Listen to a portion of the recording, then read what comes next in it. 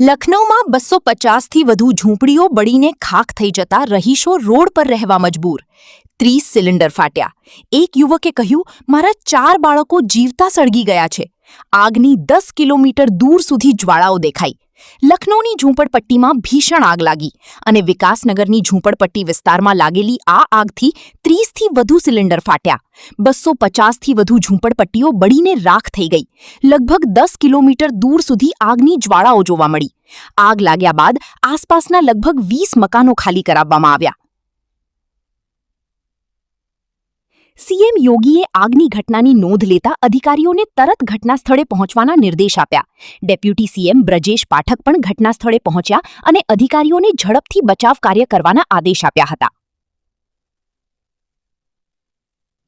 Fire બ્રિગેડની 20 ગાડીઓએ લગભગ 3 કલાક બાદ આગ પર કાબૂ મેળવ્યો. આ દરમિયાન વિસ્તારની લાઇટ કાપી નાખવામાં આવી. એક યુવકનું કહેવું છે કે તેના 4 બાળકો બળીને મૃત્યુ પામ્યા છે. બાકીના લોકોનો બધું સામાન બળીને રાખ થઈ ગયો. જેમની ઝૂંપડીઓ બળી તે લોકો રડતા કકડતા રહ્યા હતા. કેટલાક લોકોનો આરોપ છે કે જાણી જોઈને આગ લગાવવામાં આવી છે. આગ લાગવાની આ ઘટનામાં કેટલીક ગાયો પણ દાઝી ગઈ છે. ઘટના સ્થળે પશુ કલ્યાણ અધિકારી અભિનવ વર્મા પણ પહોંચ્યા છે. તેમનું કહેવું છે કે અકસ્માતમાં ઘાયલ બિનવારસી પ્રાણીઓને નગર નિગમની ગૌશાળામાં મોકલવામાં આવ્યા હતા. તેમજ 2 ગાયોની સારવાર કરવામાં આવી રહી છે અને 6 ગાયોનું રેસ્ક્યુ કરવામાં આવ્યું છે. વિકાસનગર ઝૂંપડપટ્ટીમાં લાગેલી ભીષણ આગની ઘટના અંગે રક્ષામંત્રી રાજનાથસિંહે જિલ્લા મેજિસ્ટ્રેટ કલેક્ટર સાથે વાત કરી હતી. તેમણે રાહત કામગીરી ઝડપી કરવાના નિર્દેશ આપ્યા હતા.